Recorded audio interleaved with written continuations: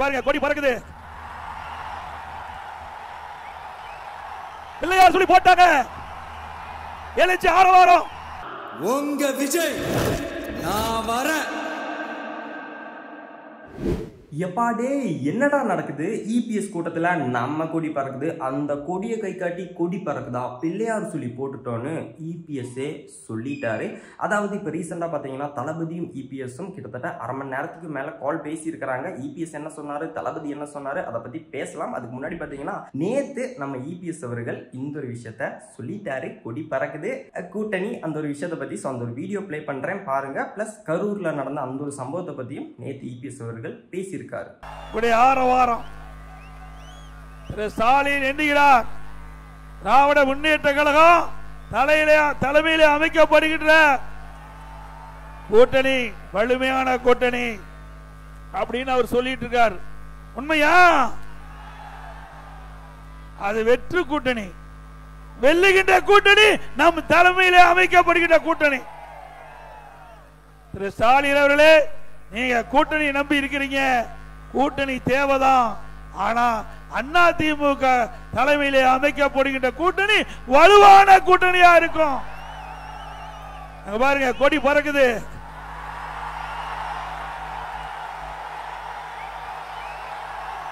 பிள்ளையார் சொல்லி போட்டாங்க.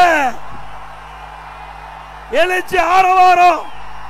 ஸ்டாலின் அவர்களே, குமராபாளையத்தில் நடைபெற்ற கூட்டத்தினுடைய ஆரவாரம் செவிய தொலைச்சிக்கிட்டு போகுது. அண்மையில் கரூர்ல ஒரு சம்பவம் நடந்தது.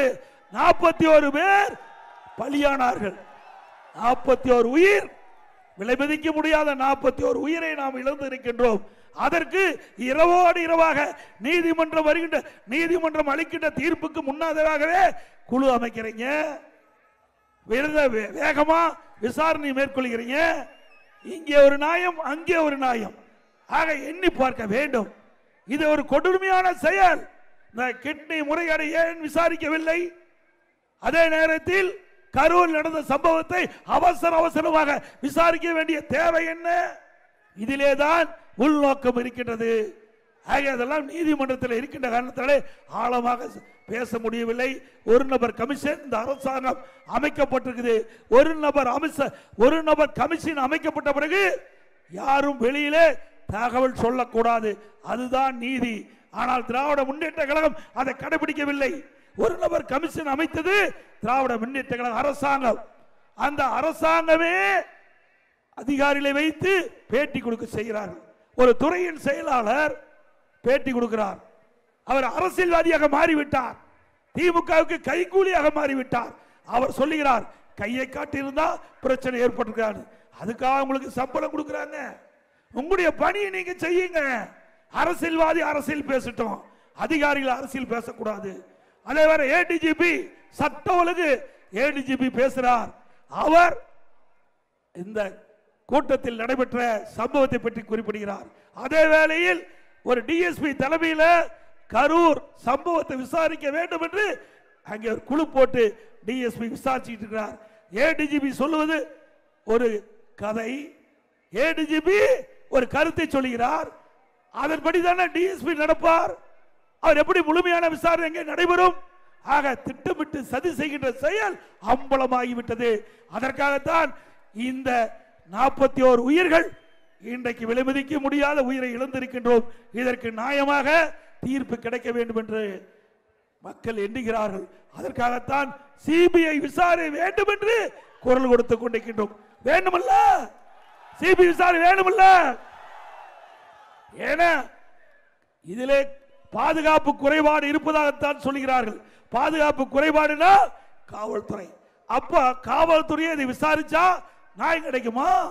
இதே காவல்துறை தவறு செய்து இதே காவல்துறை வச்சு விசாரிக்கப்பட்டால் நியாயம் கிடைக்காது. ஆகவே மக்களுக்கு நியாயம் வேணும், உண்மை தெரிய வேண்டும். அதற்காக சிபிஐ விசாரிக்க வேண்டும் என்று நாங்கள் கோரிக்கை வைத்தோம். உச்ச நீதிமன்றத்தில் வருகிற 10ஆம் தேதி இந்த வழக்கு வருகிறது. நல்ல தீர்ப்பு கிடைக்கும் என்று எண்ணுகிறோம். ஒட்டுமொத்த தமிழ் மக்களுடைய எண்ணம் உச்ச நீதிமன்றத்தின் மூலமாக நிறைவேறும் என்று நம்புகிறோம். உண்மை வெளியே வரும். இந்த சதி திட்டத்திற்கு யார் பொறுப்பாளர்களோ அவர்கள் நிச்சயமாக இந்த சம்பவத்துக்கு பொறுப்பாளராக ஆவார் என்பதை மட்டும் நேரத்தில் தெரிவித்து இன்றைய தினம் கண்டிப்பா இது ஒரு பயங்கரமான கூட்டணியா தான் இருக்க போகுதுங்கிறதுல எந்த சந்தேகமே வேணாம். ஸோ இப்போ ரீசெண்டாக பார்த்தீங்கன்னா இன்னொரு தகவல் வந்திருக்குன்னா, நம்ம தளபதியும் இபிஎஸ் அவர்களும் கிட்டத்தட்ட அரை மணி நேரத்துக்கு மேலே காலில் பேசியிருக்கிறாங்களாமா. அதில் இபிஎஸ் அவர்கள் பார்த்தீங்கன்னா ரொம்ப கன்வின்சிங்காகவே தான் நம்ம தளபதி கிட்ட பேசினாராமா. அதாவது நம்ம கூட்டணி சேர்ந்தால் டிஎம்கேவை அடிச்சு நொறுக்கிடலாம்னு. அதில் எந்த ஒரு சந்தேகமே கிடையாது. தளபதியும் இபிஎஸும், அதாவது நம்ம டிவிகேவும் ஏடிஎம்கேவும் ஒன்று சேர்ந்தாங்கன்னா டிஎம்கேவை அடிச்சு நொறுக்கிடலாங்கிறதுல எந்த ஒரு டவுட்டுமே கிடையாது. ஸோ என்னோட ஒரு தனிப்பட்ட ஒப்பீனியன் பார்த்தீங்கன்னா, கூட்டணி வச்சாங்கன்னா கண்டிப்பா அசால்ட்டா அடிச்சு நொறுக்கிடலாம். பட் கூட்டணி வைக்காம இருந்தால் கண்டிப்பா டிஎம்கேக்கு மறுபடியும் ஆட்சியில் வர சான்சஸ் அதிகமாக தான் இருக்கு. பட் இன்னும் நாட்கள் அதிகமாக இருக்குது. ஸோ அதில் ஏதாவதெல்லாம் சம்பவங்கள் நடந்தால் மட்டும்தான் ஆட்சி மாறும். ஆனால் டிஎம்கே பார்த்தீங்கன்னா நம்ம நினைக்கிற மாதிரி கிடையாது. உங்களுக்கே தெரிஞ்சிருக்கும், அவங்க கையில் எல்லாமே இருக்குது. அவங்க எப்படி வேணாலும் அவங்களுக்கு தகுந்த மாதிரி எல்லாத்தையுமே புரட்டி போடுவாங்க. ஸோ எதுவாக இருந்தாலும் எல்லாமே நம்ம தளபதி கையில் தான். தளபதி என்ன முடிவு எடுக்கிறாரோ அதுக்கு நம்ம சப்போர்ட் பண்ணுவோம். அதுலேயும் எந்த ஒரு மாற்றமே கிடையாது. ஸோ நம்ம தளபதி என்ன முடிவு எடுக்கிறாருங்கிறது அவர் கையில் தான் இருக்குது. ஸோ நம்ம தளபதி என்ன சொல்லியிருக்கிறாருன்னா, அடுத்த வருஷம் ஜனவரிக்கு அப்புறம் பார்த்தீங்கன்னா அந்த ஒரு ஃபைனலான அந்த ஒரு முடிவு சொல்கிறேங்கிற மாதிரி தான் நம்ம தளபதி சொல்லியிருக்கிறாரு. பட் இந்த ஒரு கூட்டணிக்கான அந்த ஒரு பேச்சுவார்த்தைங்கிறது ரொம்ப தீவிரமாகவே ரொம்ப சீரியஸாகவே தான் போய்கிட்டு இருக்கு. ஸோ நீங்கள் என்ன நினைக்கிறீங்க? நம்ம ஏடிஎம்கேவும் டிவிகேவும் கூட்டணி வச்சாங்கன்னா எப்படி இருக்கும்? உங்களோட கருத்துக்கள் மறக்காம கீழே கொமெண்ட்ஸில் சொல்லுங்கள். அப்படியே மறக்காமல் நம்ம சேனலை சப்ஸ்கிரைப் பண்ணிடுங்க. கடந்த ஒரு 6 வருஷமாக தளபதியோட மூவி அப்டேட்ஸ் தான் நம்ம சேனலில் கொடுத்துட்டு இருந்தோம். இப்போ மூவி அப்டேட்ஸ்லாம் எதுவுமே இல்லை. ஸோ ஒன்ஸே தளபதி ஃபேன், ஆல்வேஸே தளபதி ஃபேன். ஸோ ஃபுல் சப்போர்ட் பார்த்தீங்கன்னா டிவிகேக்கு மட்டும்தான். ஸோ நம்ம சேனலை சப்ஸ்கிரைப் பண்ணி வச்சுக்கோங்க. டிவிக்கு அப்டேட்ஸ் எல்லாம் கண்டினியூஸாக வரும்.